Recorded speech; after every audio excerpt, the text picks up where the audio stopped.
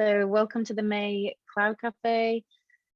Today's session is going to be really fantastic. We've got some great speakers joining us, and the theme for this month is the use of satire as social commentary. Two people are here to talk about their work. Ben Stewart, who's the co-founder of the Activists Accountability Collective, led by Donkeys, and Sarah Lunnan, who is a returning speaker to the Cloud Cafe, and we're very grateful for her giving us her time, who's been involved in non-violent civil resistance in some of the UK's most high-profile environmental campaigns, and has now turned to humour to keep going with the fight, and is using humour and comedy as part of her armoury of tools. Satire is a powerful art form using humour to critique an unfavourable aspect of society.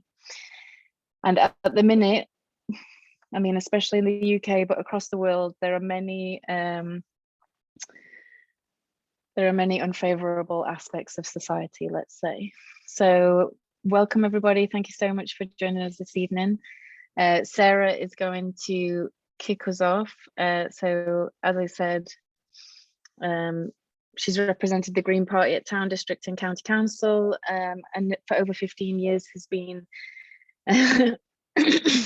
sorry, I just saw it says, has only been thrown off of one of them. So there's the local success. But yes, and has been involved in some of the UK's most high profile environmental campaigns. She's going to tell us a bit about that and how humour is helping her get through the day to day. Thanks, Sarah.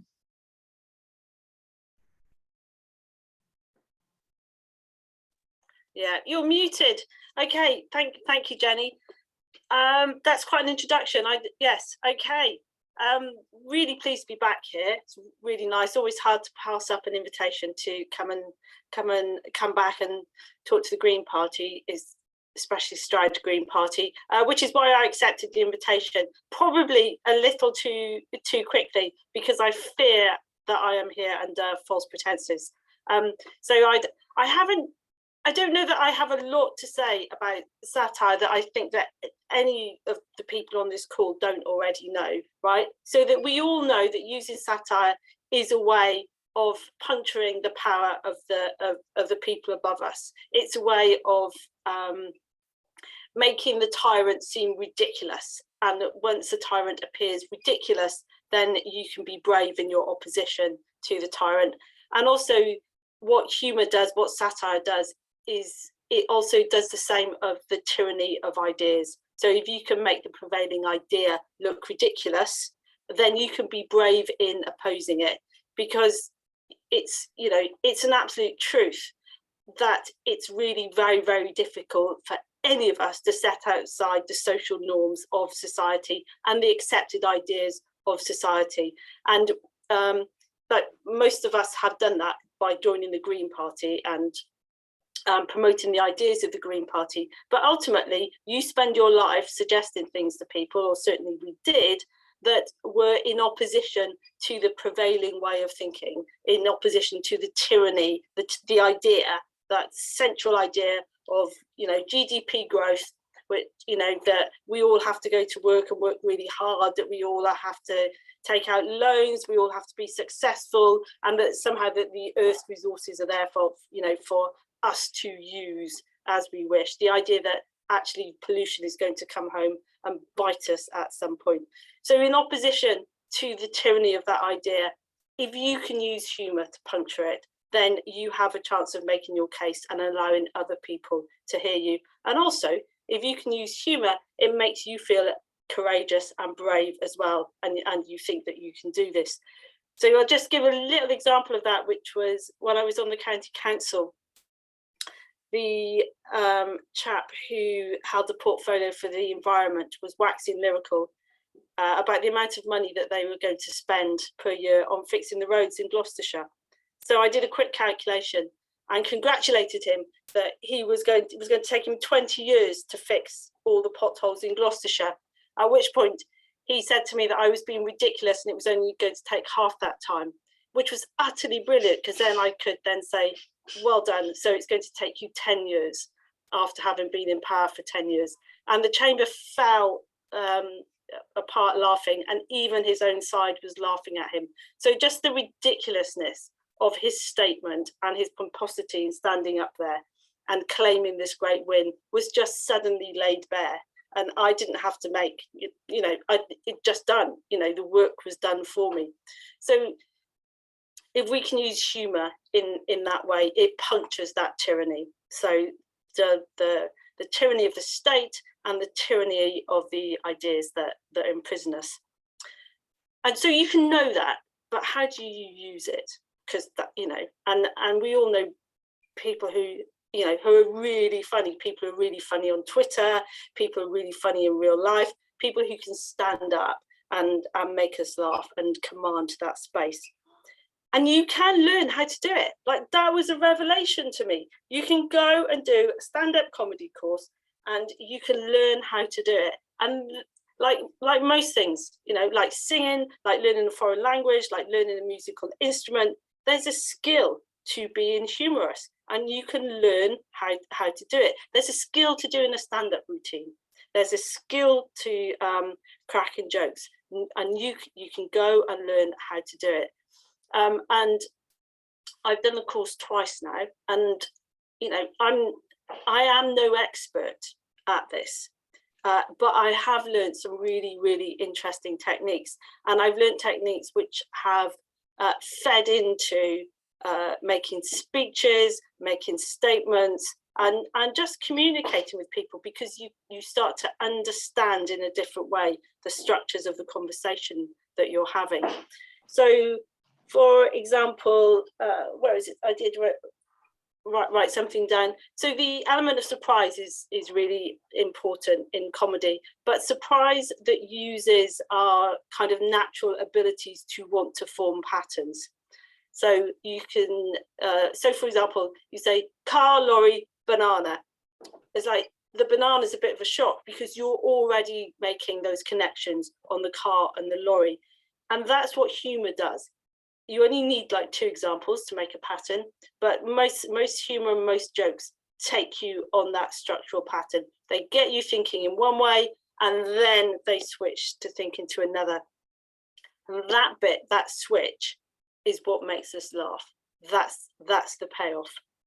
And most humour, most comedy, most satire is set up in a particular way.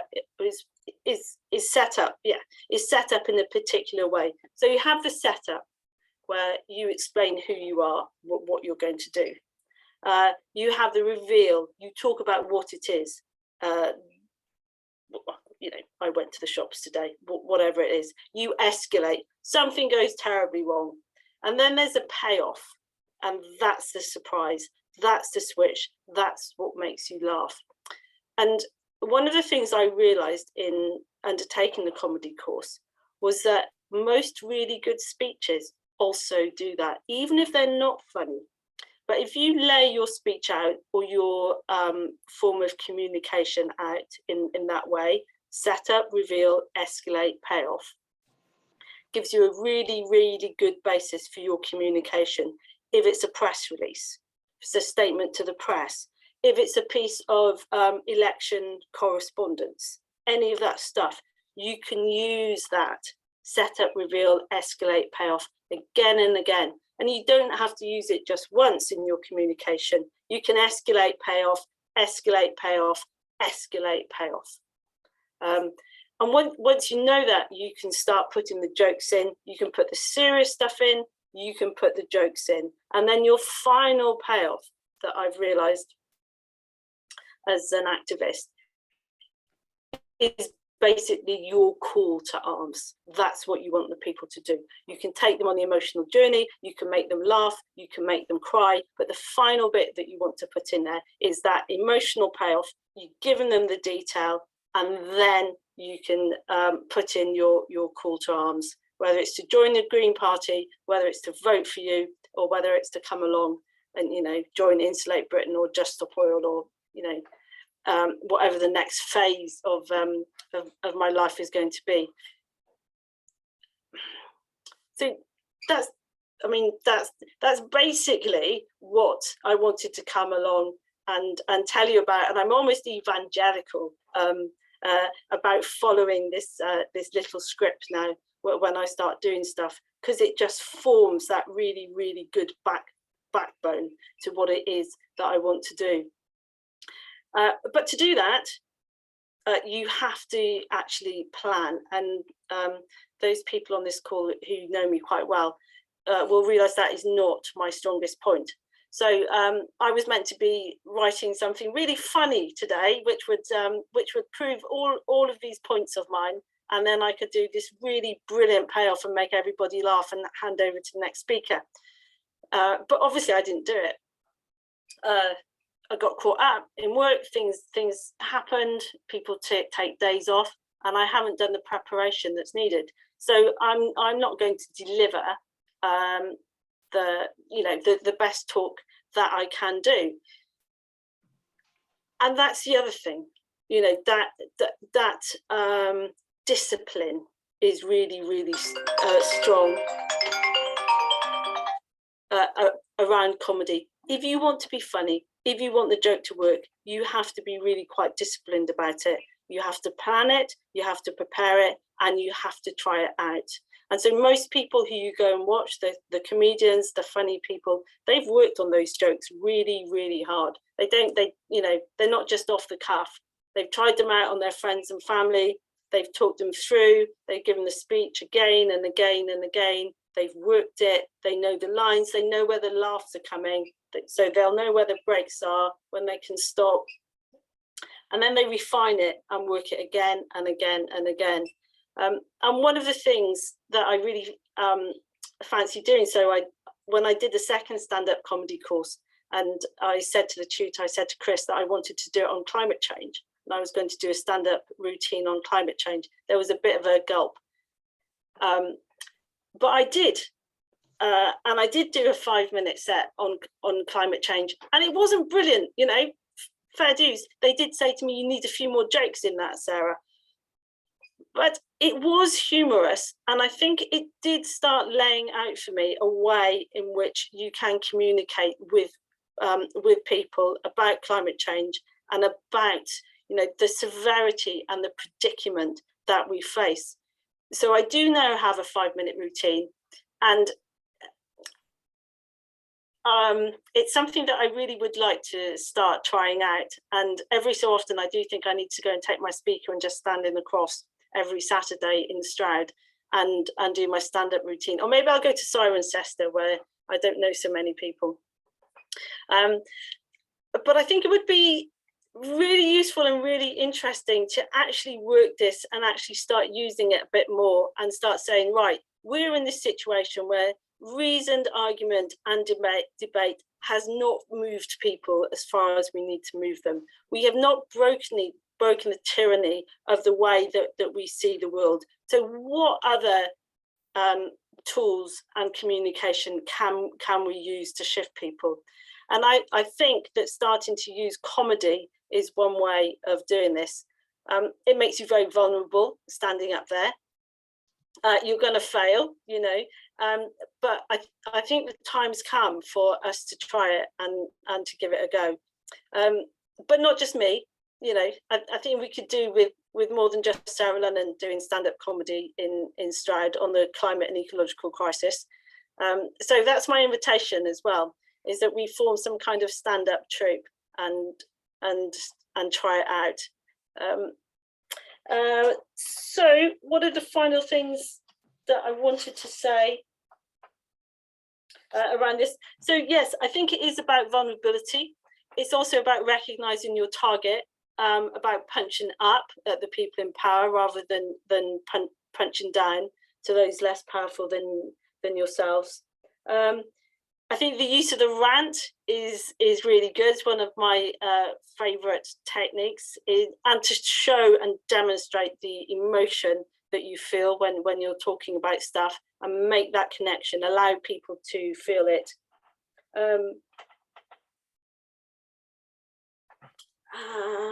Yes, and yet again, the importance of planning. So I think that's as much as I want to say on it. Other than to say that I don't think I've ever been a particularly funny woman, and my desire to learn about comedy and use comedy was not through that desire to make people laugh necessarily, but is through my desire to communicate and to communicate the predicament that we currently find ourselves in. And I wish I'd made a better job of it tonight, but thank you very much. Thank you so much, Sarah. No, I think it was, a fantastic way to kick us off, as always. You're right. Some people can't engage with hard facts. Some people can't engage with horror stories, and they don't want to. And so using comedy as a way of communicating with people who don't necessarily engage with information that way is a really useful tool. At our last session, I think it was our last session or the session before, we had Tweedy the Clown on, and we were asking him if he would consider doing it's like a circus show about climate change, to talk to children about it and to talk to adults about it likewise. I think there's so many different forms of communication that we need to lean on at this point, because nothing's getting better. And yeah, I mean, there's so many great points that you made that I wrote down, but yeah, the use of it in speech writing in so many different formats, really useful. And just a way of fighting the status quo and, giving the middle finger to especially the governments that are currently driving us off a cliff. So speaking of cliffs, like, I'm pretty sure, was it the white cliffs of Dover, Ben? So Ben, like I said earlier, is the co-founder of Led by Donkeys. He worked at Greenpeace for 20 years, where his role included communications director, and he was one of the King's North 6 activists who shut down a controversial coal-fired power station and were acquitted at the subsequent trial. So thank you very much, Ben, and welcome to the Cloud Cafe. Well, thanks very much for having me. So yeah, my name is Ben. I worked for Greenpeace for a long time, until December last year, actually. So I feel like I'm amongst friends and comrades here. I live in Stroud. I live in Robborough. My kids go to the school there. And, Stroud's a great place to be doing this from. It's just got so much kind of political energy, and it's really exciting. So this, I'm going to share my screen. So I've got a presentation about Led by Donkeys. Now, I am pretty technologically inept. So let's just see if this works. I'm going to look, yeah, I've got a thumbs up there. So that's fantastic. And let's see if this, right, so Led by Donkeys. So we're a relatively new organisation, and we are a very small organisation. It's just 4 friends, and who mainly organise on a WhatsApp group.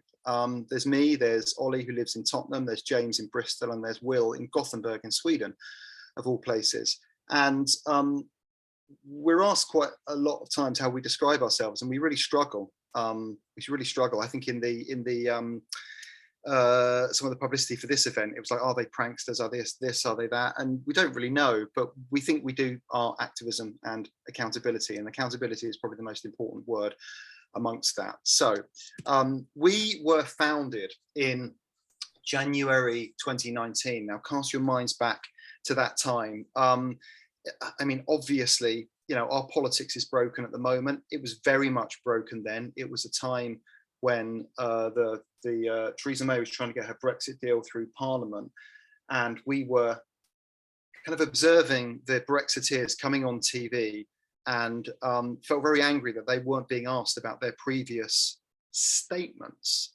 and their promises around the Brexit referendum, and they weren't being held to account for the fact that we felt they were thermonuclear lies, lunacy, and hypocrisy. And although Cameron himself wasn't a Brexiteer, we held him partly responsible for the state of our politics. And I remember we were sitting in the Birdcage pub in Stoke Newington, and one of us passed around this tweet, which was doing the rounds again, which Cameron had tweeted before the 2015 election. Britain faces a simple and inescapable choice: stability and strong government with me, or chaos with Ed Miliband. And we thought, well, crikey, the chaos that we're observing now, is really something to behold. And, we felt like, what happens if he deletes that tweet? He should be held to account for that. And we came up with various ideas sitting around the pub. You know, do we like hire a plane and fly the tweet from the back of it? Do we make stickers and stick them on lampposts? Do we do this? Do we do that? And we looked out the window and we saw there was an empty billboard site, what actually had an advert for Nationwide Bank on it. And we thought maybe we could print it up and put it there. You know, that's about the kind of the shape of a tweet. And we thought that would be kind of hilarious. And then we all went home, and like often happens with these pub chats, we did absolutely nothing about it. And then James, my friend, popped up on our WhatsApp group the next day and said he found somewhere that prints billboards. Let's go and do it. And thought, okay, we'll go and do it. So we got it printed out, and it was delivered to my house when I lived in London. And a couple of nights later, we found ourselves out on this billboard opposite the Birdcage pub, trying to get this thing up. 12 different huge sheets, wallpaper paste. We'd mixed it wrong. It was all going wrong. You know, David Cameron's face peeled off and peeled onto my face like he was trying to kiss me. Cars were stopping and hooting with derision at us. But over a period of about 3 hours, we managed to get this thing up. So this is what I think this might be a video. This is what it looked like. That's Ollie up there. By this point, you know, we'd actually worked out how to get a sheet of this paper up. And what happened was we kind of stood back and looked at it, and we thought that really is, you know, visually arresting. It's great to see that tweet up there. It does something interesting, and maybe even a bit artistic, but definitely holds Cameron to account and said, your tweet was so ridiculous, we're going to put it on an 18 square meter billboard. We set up a Twitter account. We didn't have any followers at all. We tweeted it out, and we were astounded to see that absolutely nothing happened because we didn't have any followers. I vaguely know Marina Hyde, so pinged her and said, you couldn't give this a retweet, could you? She said, yeah, fine. And the whole thing kind of just exploded. And people were messaging us saying, you need to get more of these things up. Now, we had already printed out some of the other Brexiteers' quotes. And so we started going around the country, just putting these things up at night. We would, you know, we'd get our kids to bed. We're all fathers of 2 children. We'd get our kids to bed and then get our ladder out, get into Ollie's hybrid and drive to different parts of the country and start putting these things up and tweeting them out. We were anonymous. No one knew who we were. But this was something that Johnson had said at one point in the Brexit debate. So we put that up in Birmingham. And unsurprisingly, that got a lot of publicity in Birmingham. It was regarded as overly profane, but it actually started a debate about what Johnson had said. And there was, you know, the message boards on the Birmingham Mail online were just alive with people arguing, you know, about Johnson and what he had said around business and how unconservative it was. This one was in Dover, which was an appropriate place, with Dr. Liam Fox. I remember that night was a crazy night. We got 4 up in one night, and that was next to, as you can see, an MOT centre.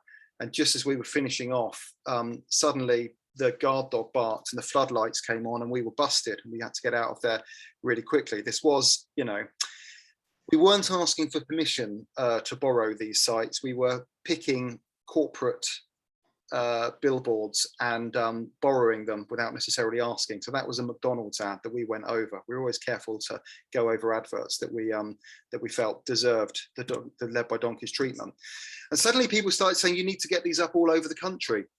So we set up a crowdfunder, and we decided we would set a target of £10,000, and we would give ourselves a month to hit that target. And we hit it in 3 hours. And we realized, therefore, that there was a lot of energy out there for this kind of campaigning. I think it came from people who felt that the Brexit or the Remain campaign was a bit turgid and didn't have energy and didn't have humor and didn't connect with people. And, you know, and it was funded by corporates, and it was run out of the City of London. And then here were some people, anonymous people, going out and taking it to the Brexiteers. And it was kind of astounding, you know, that people were throwing money at us to try to get more of these posters up. And so we, you know, we paid to have them going up all over the country or in strategically interesting places. And of course, you know, this is satire. Johnson said that. We presented it as a tweet. And we were trying to really start this conversation about the promises that were made. And, so just hundreds of these things went up. And what we found was there was this odd dynamic that happened where we were taking tweets or statements and rendering them as tweets. We were then making them into real physical billboards, which was a communication device, 300-400 years old.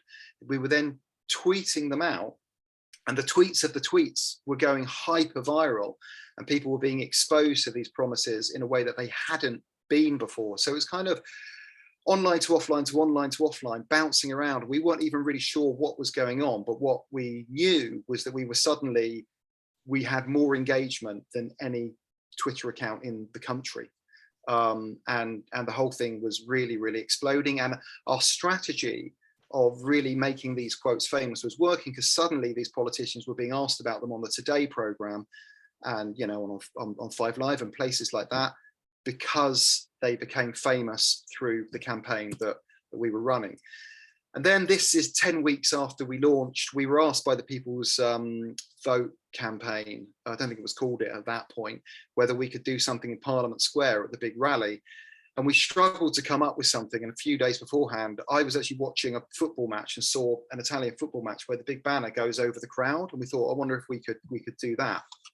And we got this printed out really, really quickly. And you'll have to forgive me. I know we're all climate change campaigners here, but we hired a helicopter. And we got this thing going out over the crowd, which is an incredibly energizing moment. And really, I would say was, in contrast to how the Remain campaign had been in 2016. And this chopper caught it. And I remember standing down there, I'm one of the people down there somewhere, looking up at the sky and thinking, well, one of those helicopters is Sky News, one of those is the BBC, and another one of them is led by donkeys. And how on earth did this happen in 10 weeks? This whole thing was kind of just exploding. On the same day, the March to Leave was launched, where Farage, who really is, someone that's very much in our sights, was starting a march from Sunderland down to London to call for us to leave the EU, modelled on the Jarrow March. And we felt, we knew what would happen. He would get some crowds on the first day, then they would slink away. He would probably slink away, and he wouldn't finish the thing. And but the media wouldn't really follow the whole thing. So we decided to put a team, that being Will, who comes from Newcastle, even though he lives in Sweden now, onto this one to follow the March to Leave the whole way. And we got these ad vans that you can see on the right, and we followed Farage with them. And we've got this quote there, Farage saying, "I never promised it would be a huge success," talking around Brexit. And I took a great deal of pleasure as we drove that ad van around his bus, and Farage didn't know where to look. We had 10 or 12 Farage quotes going up on that thing, having conversations with his supporters who, we weren't in a fight with his supporters.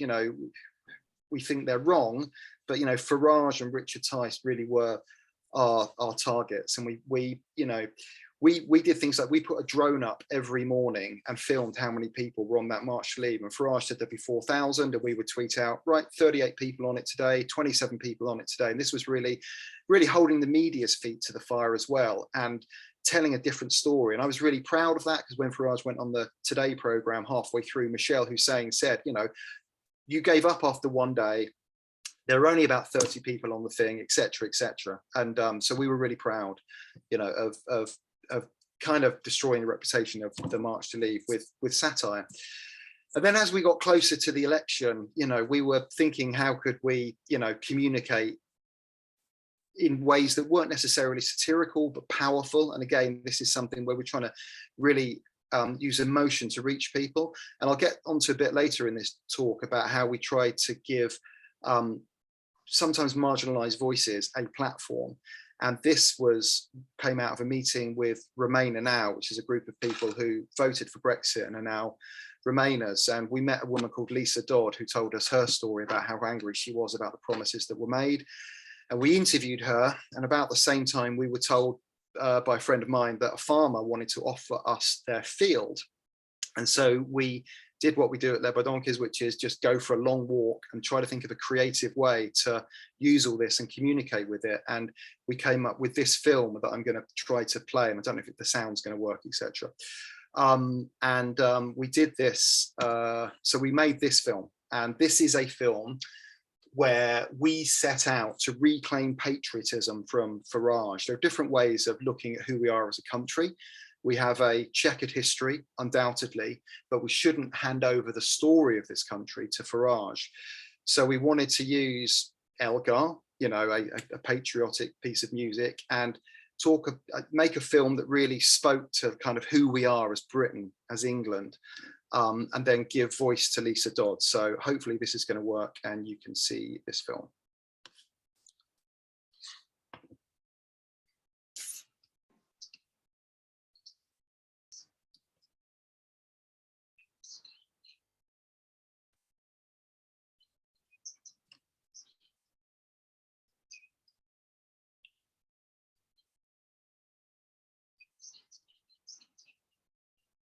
Now, can anyone hear the audio? Is that a? It's like a very quiet, very, very quiet audio. Is it? I'll just let it play. I've turned it up. But I mean, we high. can see it. It's Yeah. We can see it. Yeah. I think it's just picking up from your laptop, Ben. But Right. if you can share audio, which is in the same place as share screen, but if not, I think the message is loud and clear on the field anyway. I'll find. Let me just find share. I'm into all kinds of trouble here. I might have to just let this one go. Anyway, I'm gonna show it, but you can't hear. You can't hear Lisa. I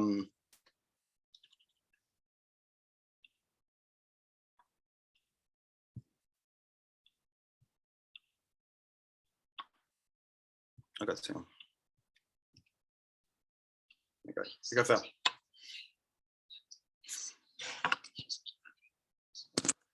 One of those 17.4 million, and that is not what I want. That is not what I voted for. I want my vote back. I've had my vote stolen. I want it back.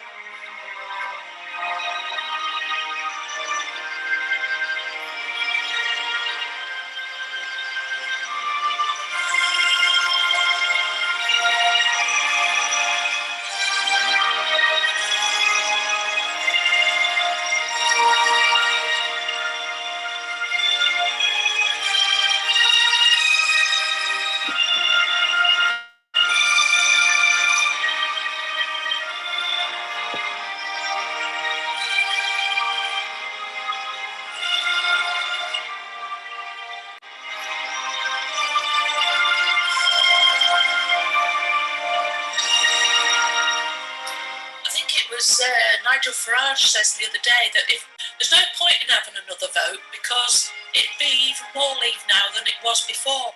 No, you know that it wouldn't, and that's why you don't want us to have it.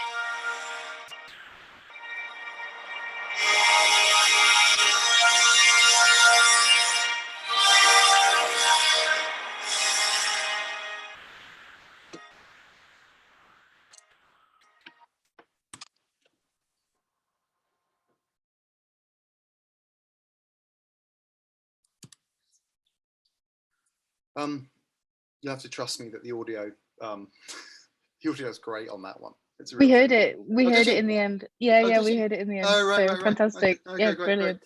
Great. Anyway, so as you can see, we were, you know, and again, you'll have to forgive me, but we were really getting into helicopters at this point, which is dreadful. I haven't flown for years, but there we are flying helicopters, but for the greater good, maybe.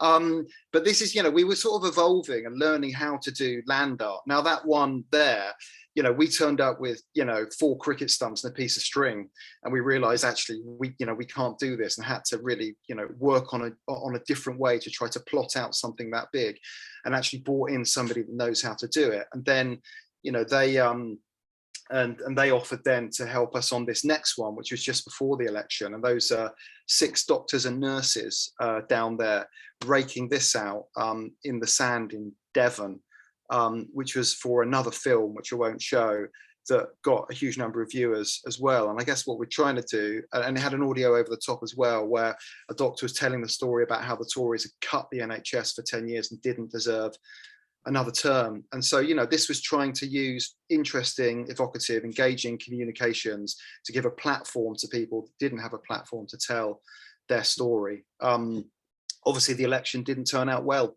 in the end, for a whole bunch of reasons. And we were into, you know, a situation we weren't quite sure what to do with Led by Donkeys after that. Do we continue going on with it? You know, we felt that we had something to offer. We felt that our information systems are broken, that our media is lacking, and that, you know, we have a commitment to facts and the truth that populists don't have. And we felt that, you know, we had something to say and something to offer in the battle against right-wing populism that was really sweeping the world, and, you know, and had touched our own country as well. And soon after that, of course, COVID struck. And, you know, we were immediately struck by how inept Johnson was at that. And we began running campaigns and communications around COVID. And this is one around after Dominic Cummings went up to Barnard Castle. We put a poster up spoofing the government's own advertising, but putting these guys, you know, in the picture.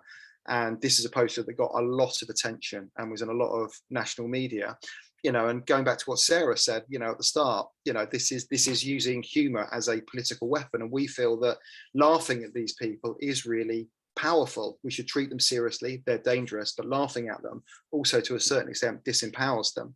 But we also were really committed to telling the stories that we didn't think were being told. So this is a spreadsheet about a film that we made about Johnson's failures on COVID. It was a 10-minute Twitter film which breaks all of the rules. You're just not meant to do that.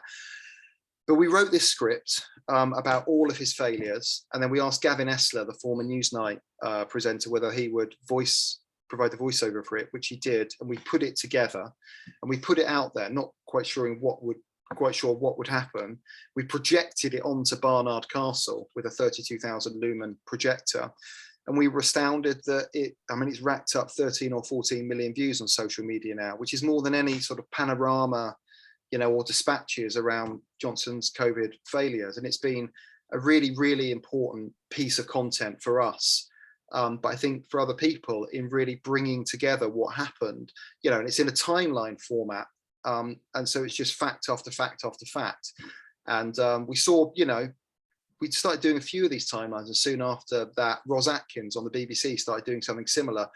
I don't know whether he saw us and he was inspired or copied, or whether it was a coincidence or whatever, but certainly, you know, our aim to kind of hold the media to account as well for their failures, you know, it's been one motivation in the Led by Donkeys project. So these are just a few of the slides from some of the films that we did. The third one along there is Hassan Akkad, and he went down to Dover to do a timeline film about how the government had done very little to protect Britain's borders from COVID, while constantly demonizing asylum seekers, refugees and migrants crossing the Channel, you know, and holding up a mirror to that stark hypocrisy.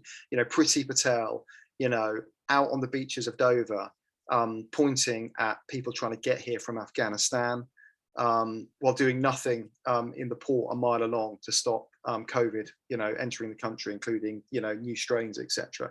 So these are the kind of stories we wanted to tell, and these videos have just done really, really well. Like, you know, many millions of views, and, you know, tens of thousands of times they've been shared on social media. So this is a project that we did last year. It's the National COVID Memorial Wall. This came out of a collaboration with the COVID-19 Bereaved Families for Justice, which I'm going to talk about in a little bit. They are a fantastic group. They are people who lost loved ones to COVID and are angry at how the government ran their COVID response, and want justice, and they want a public inquiry. And they want Johnson to be asked the difficult questions. And we talked to them, and we really wanted to help them elevate their voice. And we came up with the idea of a COVID memorial wall opposite Parliament. So Johnson at that point was talking about an official government memorial. The families felt that he was the last person who should be telling them how and where to grieve. So this was them taking ownership of their grief and taking it away from Johnson. And all four of us in Led by Donkeys come from environmental direct action. You know, Will and I both claimed the power station at Kingsnorth, you know, which we were acquitted for as part of the campaign to stop new coal burning here. Ollie has done a lot on overfishing, and James has done loads on climate change and more latterly peace campaigning. But through that, we devised a plan about how to take the wall. So it's you know, it's private property. We did not have permission to do this. We researched the various different paints that we could use to get on there. And there was, of course, this key concept that the families would go down there and they would draw 150,000 hand-painted hearts to represent everybody who at that point had been lost in the UK to COVID. And so we constructed these sandwich boards and tabards and everything and made it all look official so that we could get the first hour hoodwinking the police, and felt that once we had 2,000 hearts up there in the first hour, then the police would never tell these families to move on. And that's how it played out. And over the next 2 weeks, you know, we put a call out, who wants to come down and help us? And over the next 2 weeks, thousands of grieving people came down to write hearts for their family members, and then would do another 100 or 200 as well. And somehow we managed to get half a kilometre down that wall. And it was, you know, it was, in the end, it was the 150,000 hearts. We bought 7,000 Posca pens, which are a form of art pen, to do it. It was a weird thing at one point. We were astounded that as we were trying to buy the Posca pens, the price was going up, and we were thinking, this is so unfortunate and unlucky that the price is going up. And then we realized that we were causing a global shortage of Posca pens. They were being redirected from Japan, and we were causing the price inflation because we cornered the market, the global market in Posca pens. But we needed so many of them, and we were down there night and day working with the families to get this thing up. And I think to a certain extent it's become one of the defining images of the COVID crisis. And importantly, it gave the families a platform to communicate their message. They got so much media out of it, and in the end Johnson was forced to come down to the wall because there were so many questions about why he hadn't. And when he got down there, he came down under cover of night, wouldn't meet the families, but later he announced the public inquiry in Parliament where he said that the wall was part of the story and the reason that that happened. So this is Justin Welby, the Archbishop of Canterbury, who came down there. I'm just going to show a short video from him. It just stretches forever. It's been completely overwhelming. I was unprepared for the visual force of this wall because it's high, and above us it feels like a wave of grief and sorrow breaking over us. There's 150,000 hearts, each one representing a human life. To talk about feeling inspired it's much more than that. It's all at the commitment and the love that this wall represents, as well as the sorrow. The importance of this wall of a memorial, the power of its location across the river from Parliament. It's just profoundly moving. Come and spend time looking at it. Listen to what the hearts are saying to you. Reach out in your heart to those who are represented. Walk the walk.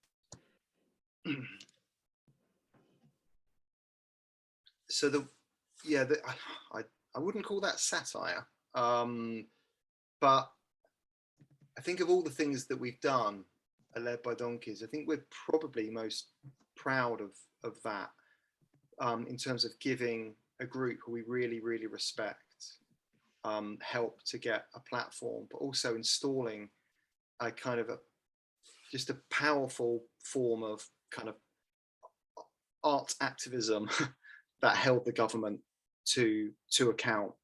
And I feel really very proud that when MPs sit out on the terrace of the House of Commons now and they look across the water, the wall opposite them is now red, and they know it's red with now 160 or 170,000 hearts. And so it's a message to all politicians, to remember the grieving families. And I think it's, it's a form of direct action in a way, that was really, really, really important, and something that, something that we feel good about. So it's about elevating the voices of those who need to be elevated. So this is Lobby from the COVID-19 bereaved families. We've done a lot of projections on Parliament. The police have got so pissed off at it now, they're on us. Police cautions every time we go down there now, and I think they've got the instruction from Priti Patel to not allow this to happen anymore. But again, I think this might be satire, taking a message and putting it onto Parliament so big that you can't ignore it. And that's Lobby saying he lost his father in the pandemic, and saying, Prime Minister, meet me. You're refusing to meet us, meet the families. This was Hassan Akkad, that Syrian refugee who I talked about earlier. We asked him during the Priti Patel's worst racist migrant baiting, whether Hassan would record a message about his experience about coming here, across the sea. And we projected it onto the White Cliffs of Dover. And he talked about his experience. He talked about how now he was working in a hospital in PPE, trying to do what he could to help this country that had taken him in to fight COVID. And he finished the film. We didn't script it. It was just amazing. He finished the film saying the only difference between, he said, we love our families like you love your families, and the only difference between us and you is luck. And I remember sitting in my house when he sent that through. We said, can you keep it to 2 minutes 20? Because that used to be our limit on Twitter. And he said, yeah. And he did his first take and he said, is that good enough? All of us were just in tears on WhatsApp going, oh my God. We put it up on the White Cliffs of Dover, and it got 12, 13, 14 million views across Facebook, Twitter, TikTok, and all the others. And I'm probably kidding myself here and being overly optimistic, but it got so much publicity and he was on so much media. And for a month or two, Priti Patel just shut up. And, I don't know, it's probably not the case, but I felt that maybe together, by giving him a voice, we'd done something to contribute something really positive to what's frankly just a rancid debate normally, that's sometimes dominated by the very worst people.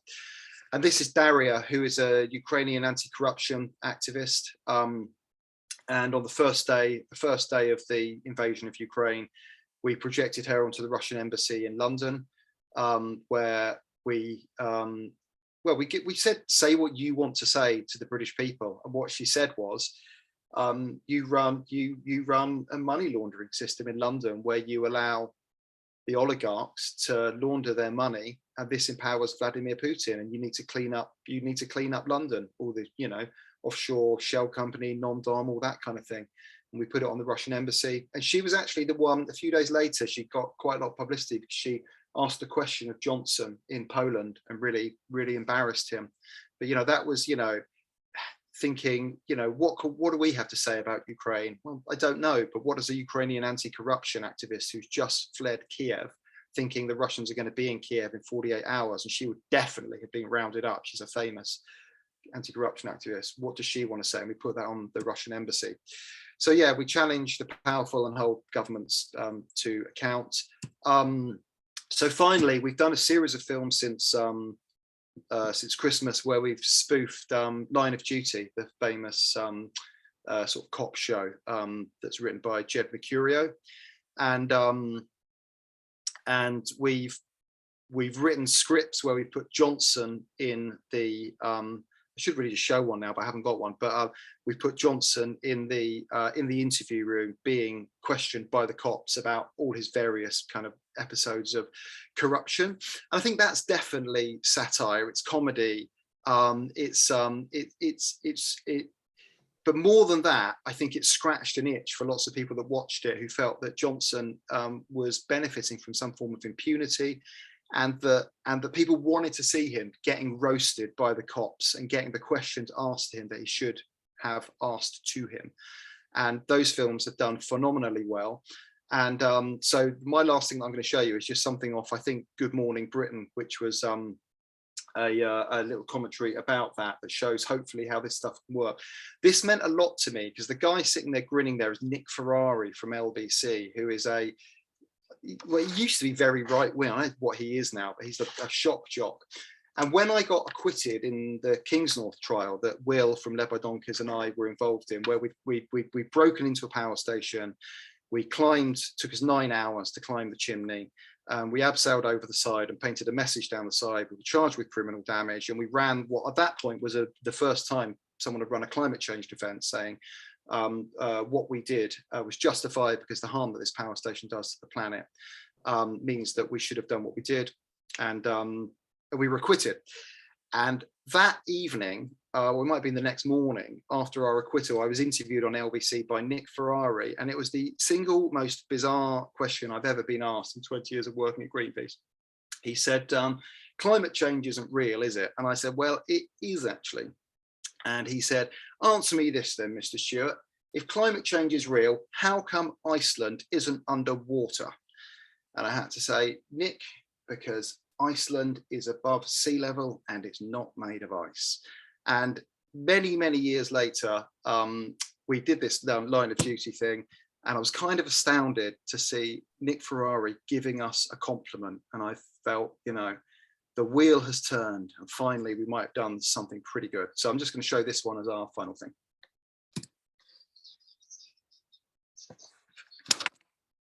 Clips and viral videos, and this is, we wanted to show you this one. This is a favourite. Actually, this is Line of Duty's Anti-Corruption Unit AC12.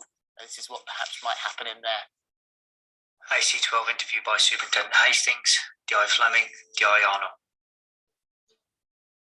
On screen, item reference LBD1.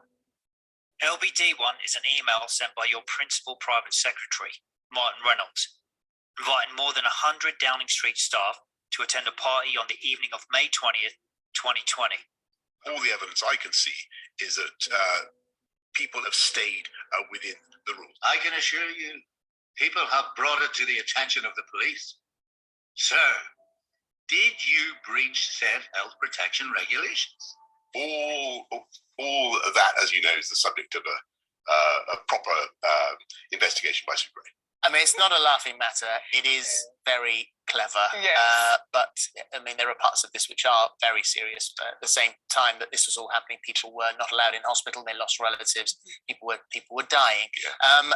And do we think that this investigation? I was watching the MPs talking this morning about the fact that the Sue Gray, you know, she's not to be messed with. That she's going to take this very, very seriously. So it's not going to be a whitewash. No, it won't be. But to Elizabeth's point, and I think you'd probably agree, when you are now a subject of ridicule, and actually very, very, very smart ridicule, and you're a boss, almost as bad as the fact that you went to what you thought was a work gathering because no one is the fact that your authority is effectively being shredded.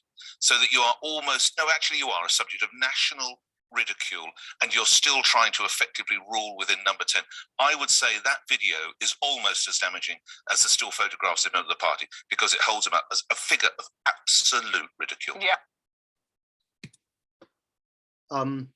So I just wanted to finish with that because I think it speaks to what the discussion is that we're having here, which is that satire can damage politicians, and we can laugh at them, and it's not facile and it's not shallow to do that. It can be really, really powerful. And the reason that, you know, I was kind of chuffed is that Nick Ferrari is, you know, a really right-wing, you know, shock jock. You know, he's a natural Johnson supporter, but you know, he liked our video there and said it did him damage, and you know, so that felt pretty good. We've made a lot of mistakes at Led by Donkeys. We've done a lot of crap stuff as well. I obviously haven't put that in my presentation, but as we've gone along, I hope that we've learned from lots of our mistakes, and you know, have develop some form of kind of satire and political accountability project that's maybe useful, you know, in holding Johnson to account. And I will end by saying that we've had so much fun on this project, and we find that if we're laughing at what we're doing and we're laughing at the politicians, then something good is happening, and that if we can invite people along to laugh at them with us, then something really, really good is happening. And so that's what we try to do. And if it stops being fun, then we're doing something wrong. And I will end with that. Thanks for having me. Thanks so much, Ben. Thanks for the trip through the wonderful journey of Led by Donkeys, which has been so wonderful to watch from the sidelines, but getting a little sneak peek into the deeper meaning behind it all, I think, has been really special for everyone here. So thank you very much for joining us. I think, I mean, so many of the points that you made throughout the speech were, you know, really poignant to this subject. I think, you know, the power of social media was really relevant here, but also the importance of keeping things offline as well as online. The hijacking of narratives, which I think is something that is really important and that Satire does so well. I mean, I work for the European Green Party, and we find that when we do memes rather than just public announcements, they maybe work twice as well in terms of engagement and reach. So people are desperate for this kind of engaging content, and especially when you're trying to digest information that can maybe not be that interesting necessarily coming out of a politician's mouth. So really, really interesting. Okay, so we've definitely got a few questions already. Everyone in the audience, please feel free to pop any questions into the chat for either Sarah or Ben, or just conversation points. First off, we've got Issa Clee. So Issa, if you want to unmute and turn your camera on and ask your question, that would be great. Hi, Ben. I'll just turn my camera on for a moment. Hiya. So I would first want to say that I think I've admired Led by Donkeys for years. I think you're absolutely brilliant. I think the work that you've done has been supremely brilliant. But I sometimes wonder, as with, you know, comedies of the past as being a sort of catharsis for the people, whether actually allowing people to laugh at these buffoons in power stops the people taking action in the end. Is the laughter enough for them? I'm wondering. I think that's a great question. I think if it was only laughter, that might be the case, although I do think laughter can be deeply empowering, but you can't laugh your way through a revolution. Like, at some point the action has to happen. I look at what Alexei Navalny does in Russia. I don't know if I'd really recommend anyone watch the documentary Navalny on iPlayer at the moment. And he holds Putin to account. He's an anti-corruption activist. He's now in jail. And I think he gets the balance right by laughing at Putin and pointing out how ridiculous this pompous autocrat is, but also providing the tools and the information to challenge him. And when Navalny released his film about how Putin was building a palace on the Black Sea, it got 120 million views on YouTube in a week, and it led to protests on the streets of Russia, which is a big deal, protesting on the streets of Russia. So, you know, that I don't know if Led by Donkeys gets it right. I think we do, you know, there aren't many laughs in our COVID timeline films. There aren't many laughs at the COVID memorial wall, but they forced action. But so it's a balance between the two. I've been an activist for a long time. I'm sure lots of people on this call are activists and have been for a long time. We also, it's empowering for us to laugh at them as well. You know, it can be, you know, it can be an important part of self-care and respecting, you know, your own boundaries as an activist. But I think you've got to find a balance. Thanks, Ben. Sarah, did you want to come in on that? I mean, there's lots of stuff has been written about this. There's a book I read recently was it's called "This Is an Uprising" by Engler and Engler, and they talked about the use of satire when they were in Serbia, when they overthrew the regime in Serbia. So I think it's actually really, really, really powerful, laughter and satire, and it pulls people together. And the film about Putin's palace, I think it was his gold loo brush, wasn't it? With it was just ridiculous, and just made everyone go, he's doing what?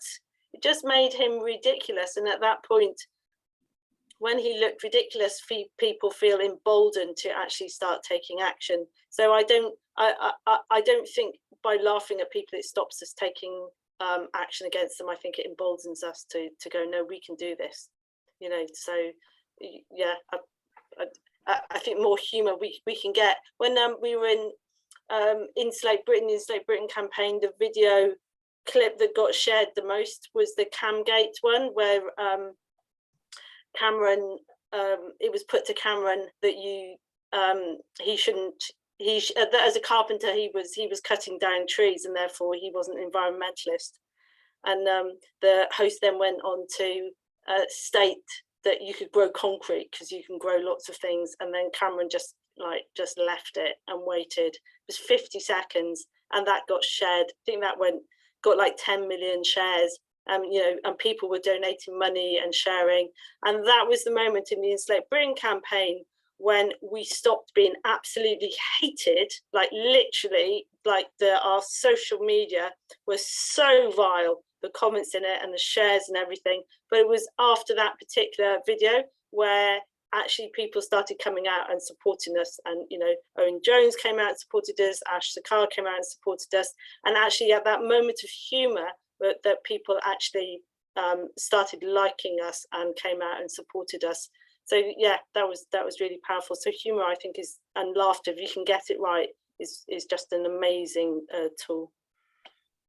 The look on Cameron does this look on his face as the guy says, but you can grow concrete, can't you? That I don't think you could ever teach someone at stand-up school or whatever. Like, he just had this natural kind of slightly bizarre furrowing of the eyebrows, didn't say anything, did something with his lips that was just perfect. I've seen someone write about 600 words on the expression that he gave at that point that was comedy genius. And yeah, I agree. It was, I agree with everything you said, Sarah.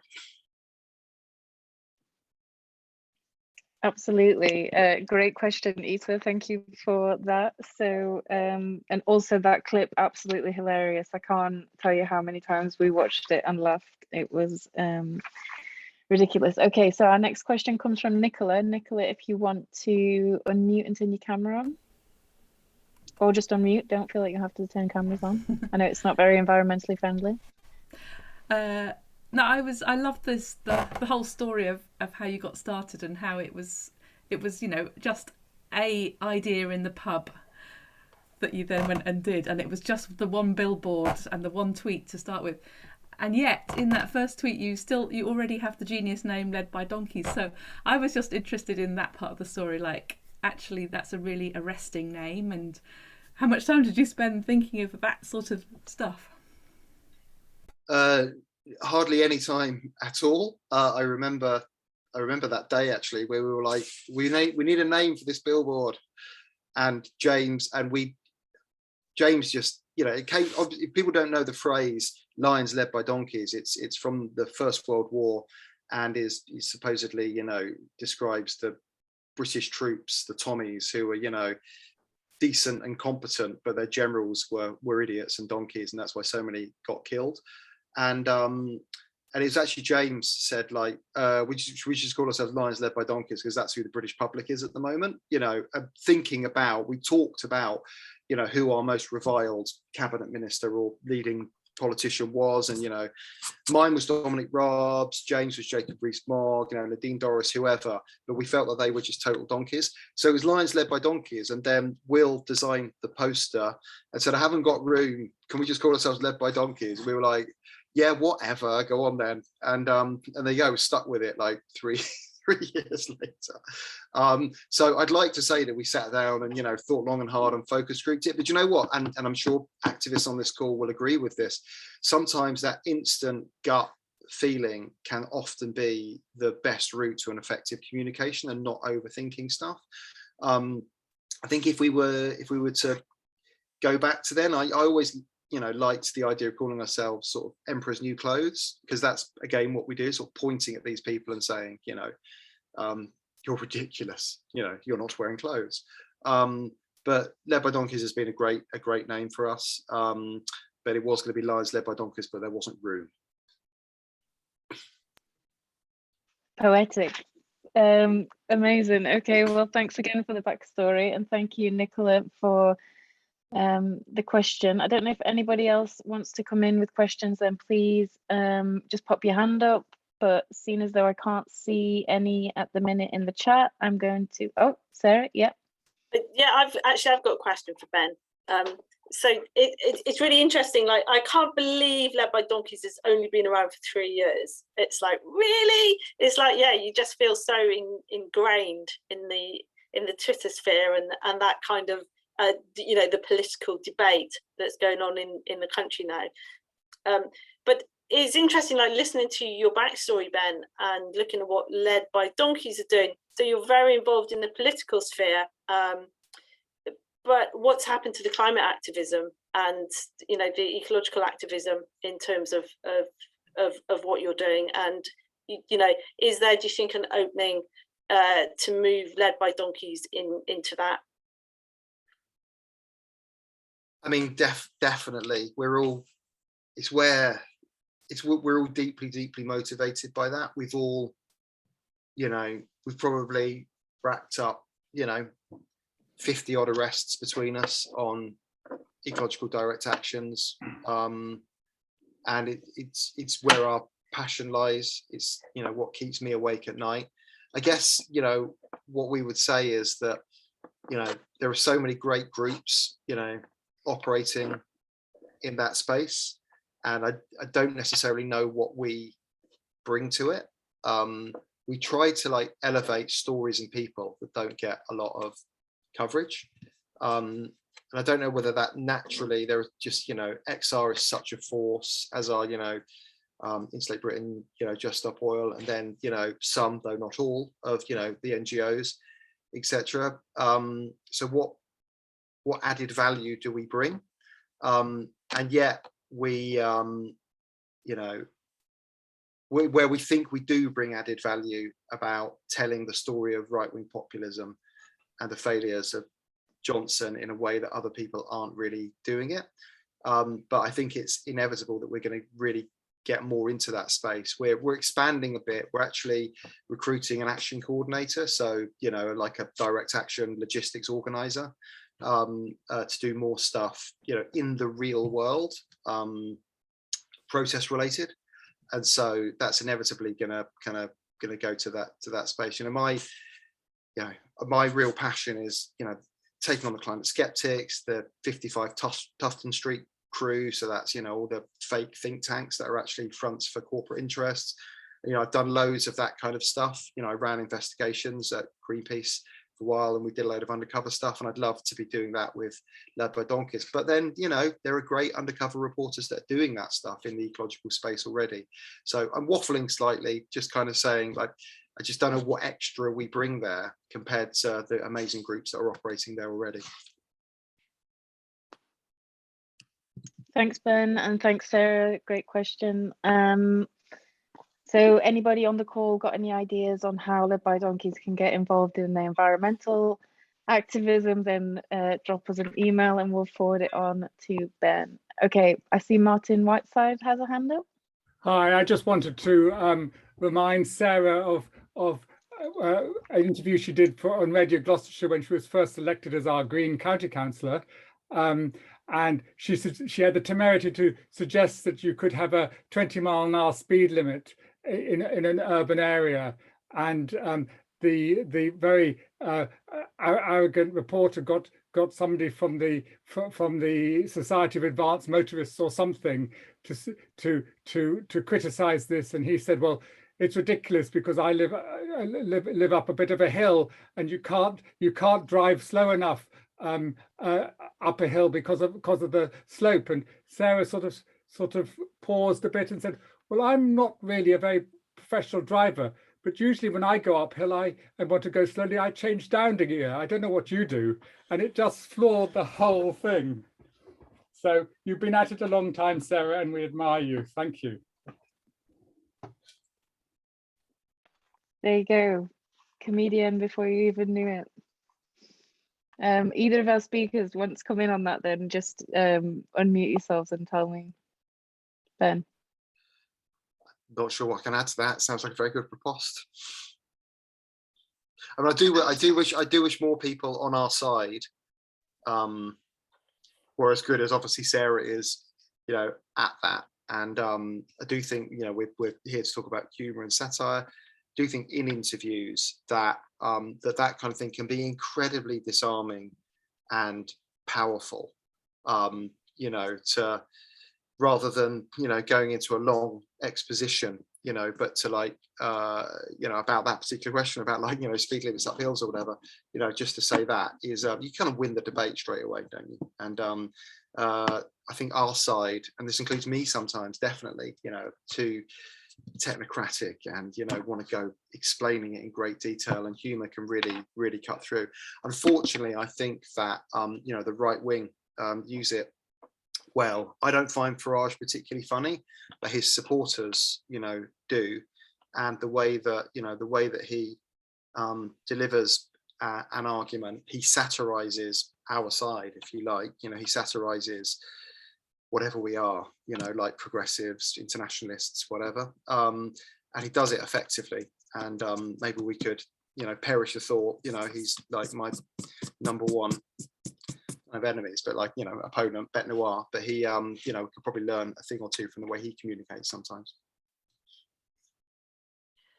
I think there is, yeah, there is a sometimes on the right there is a levity and a lightness, partly because I think they're not quite so worried. They're happier to play fast and loose with the truth, to make a point and to follow a narrative in a way that those of us in the environmental movement don't tend to do. And, you know, we're obsessed about getting everything right because somebody might call us out on a point, as opposed to going with the flow of the narrative and the story. So I think that I would agree with that, with the lightness of touch of it. And also, Ben, I thought your point about not letting Farage and the Brexit people and the Tufton Street people take control of the national narrative and claim it for themselves was really spot on. And one of the things we did in Insulate Britain and got absolutely hammered for, we've moved away from it in Just Stop Oil, but we touch on it slightly, is actually we attempted in Insulate Britain to reclaim that national narrative and to tell the story, you know, to have the temerity to speak on behalf of the nation. And we did get, you know, slammed for it a lot. And we, you know, the politest term was that we were called nationalistic and nationalist, and there were less polite terms thrown at us as well from various members of the left. But I think we should attempt to reclaim that story and occupy that ground. And I think, and I'm maybe getting a little bit serious now, but I think like the COVID crisis, the cost of living crisis, the oil crisis driven by Ukraine,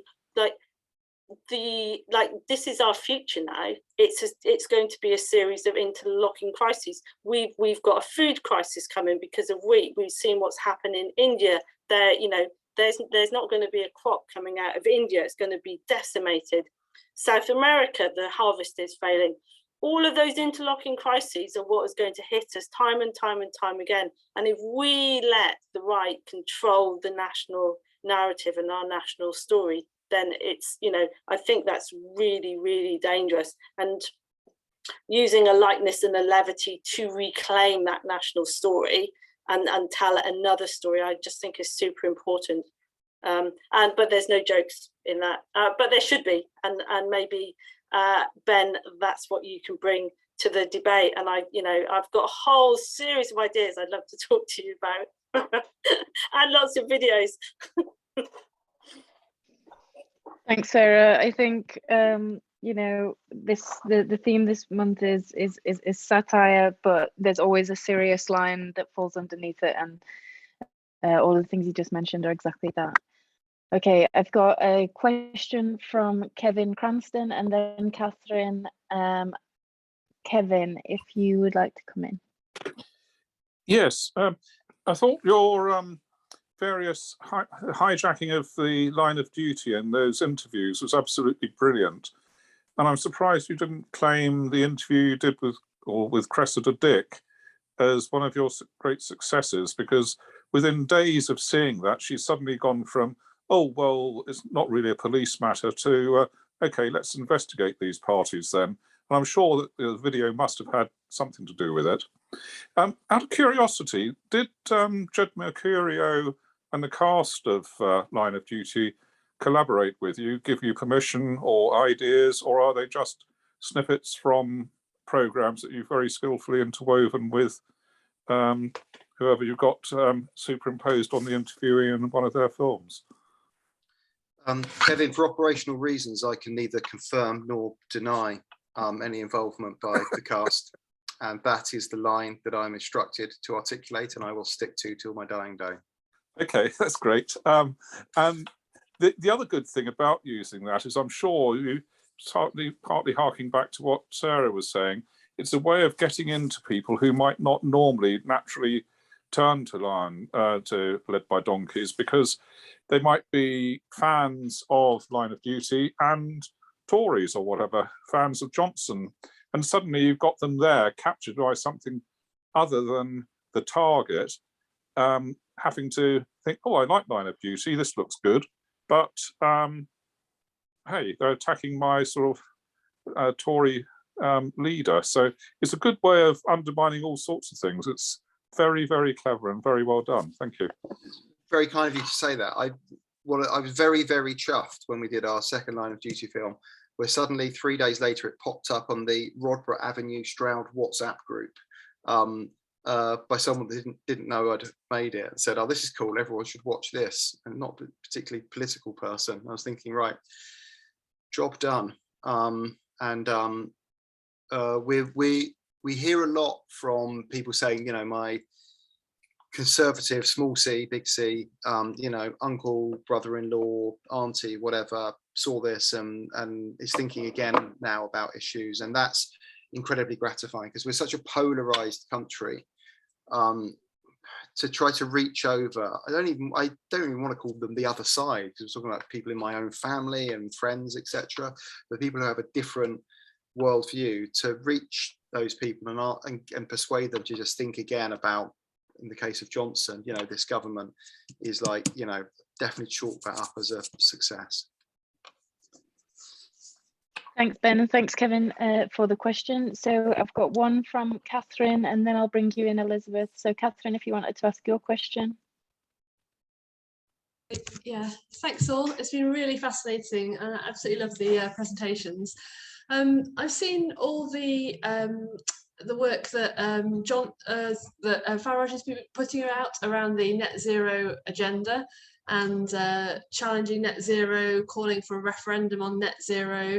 And there's a real concern that the Tories are not going to be able to do the just transition that we need to net zero. So there's a potential risk around people turning away from the net zero ambitions that we need. Do you see this could be an area for future focus? Well, in a personal capacity, I think about this a lot, and it's not just, you know, it's Farage, it's Steve Baker, it's the Global Warming Policy Foundation that's now renamed itself as Net Zero Watch, which is, you know, pretty disgraceful. You know, it's like the sort of Flat Earth Society renaming itself as the kind of, you know, space travel accountability group or something. They forgot the bit in the middle where they said we were completely wrong about everything. So I've been having quite a lot of chats with Gail here in Stroud, Gail Bradbrook, you know, about that, and loads of the people that I know from my time as comms director at Greenpeace, trying to get something. I think we need a very robust response in our movement, and I'm dismayed that some people in our movement, and people in senior positions, are saying that we can just ignore this. They're not getting any traction. Look at the polls, etc. The Brexit campaign was a 30-year campaign. It was a long slog, and they kept on going, and they eventually won. And these guys are going to run this kind of guerrilla campaign against just transition for the decades that it is going to take, and we cannot ignore them. We need to take them on. And I think the lesson from what's happened around attitudes to refugees in this country and the Brexit campaign is you can't just ignore Farage and his crew. So we need infrastructure to take them on, and the left isn't particularly good at building infrastructure, and they need to do that. So that's something I'm doing off the side of my table, I guess, trying to do that. And in answer to the question, like, will Led by Donkeys be doing anything?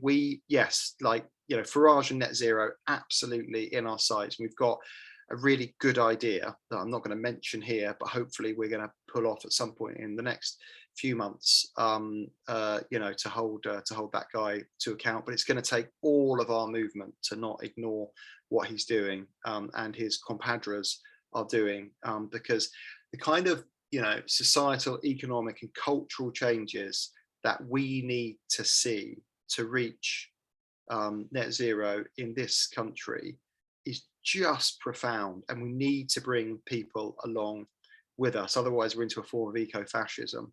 And to do that, we really have to take on Farage and his arguments, and not just assume that because we're right, we will win. Because something that I've learned, and I'm sure many activists have learned, is that being right counts for very little in this world. Winning is a very, very different matter compared to being right. And, we as a movement have lost so much in the last 30 years, despite being right on so much as well. Thanks, Ben, and thanks, Catherine, for your question. Sarah, did you want to add anything to that? If not, we can go to Elizabeth, who has her hand up. I think that will be our last question, Elizabeth. Thank you. It's just a quick question, really. You're both such courageous people, really. What you do is very brave.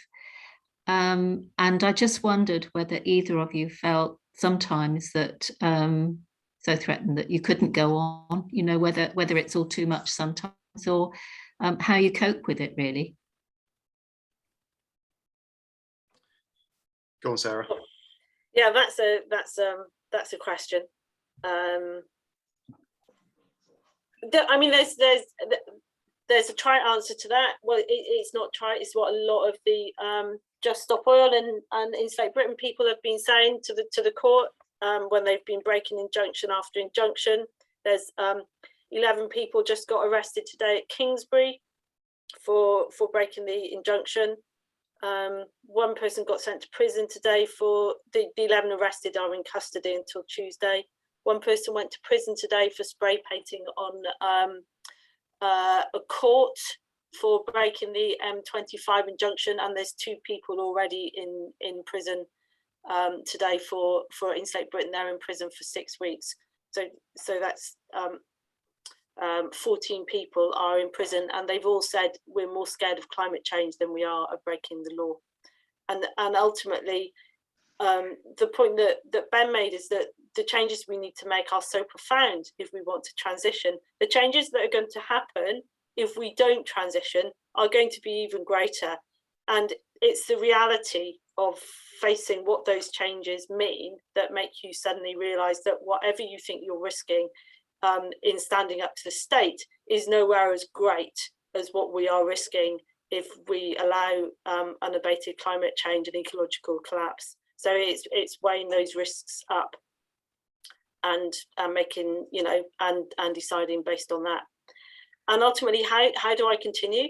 Well, I just think of myself in 25 years' time, and if we fail, and we may fail, that I'll be able to look at my children and say I did everything I could, and that's so it's acting because it's right rather than because that you're going to succeed. And there's no jokes there either. Ben. Yeah, I'm not sure I got many jokes on this one, but when I first started doing climate activism, God, it's unbelievable. It's 21 years ago. But I've seen so much change and so much progress in that time. And it's not happening fast enough. Not at all is it happening fast enough. But nonetheless, you know, activism has won some really, really, you know, some big wins. But when I really need to tap kind of the well of optimism, I actually look over to America and think about the fight for equal marriage over there. And remember how in 2004, George W. Bush rode anti-gay marriage all the way to White House re-election. And it was a very, very powerful mobilizing force for his community. And then obviously Obama came in, and then 2012, so just 8 years after George W. Bush got re-elected, Obama got re-elected by running a pro-gay marriage campaign. And in that 8 years, the attitude of America on gay marriage just changed so radically. I can't think of in a country the equivalent of America such a huge cultural change on such a big hot button, like polarized issue, because campaigners fought hard and won it, and they told their story, and suddenly the world changed for LGBT plus people in the States.